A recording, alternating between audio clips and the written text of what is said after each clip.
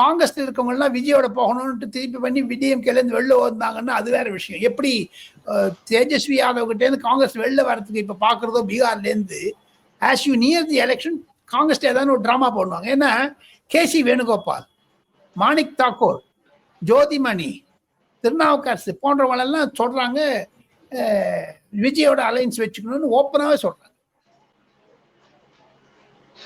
Including கேசி வேணுகோபால். ஆக மொத்தம் Delhi leaks என்று சொன்னால் டெல்லி ஒரு கன்ஃபியூஷன்ல இருக்குது. அலையன்ஸை பத்தினாலும் ரிசல்ட் பத்தி they are very clear. DMK is going to get a beating up. So churnings across alliances அப்படின்றத புரிஞ்சுக்க முடியுது. எல்லா கூட்டணிகளிலும் குழப்பம் இருக்குது. நாம் இருவரும் பேசியதில் தோராயமா ஒரு பிக்சர் எமர்ஜ் ஆகுது.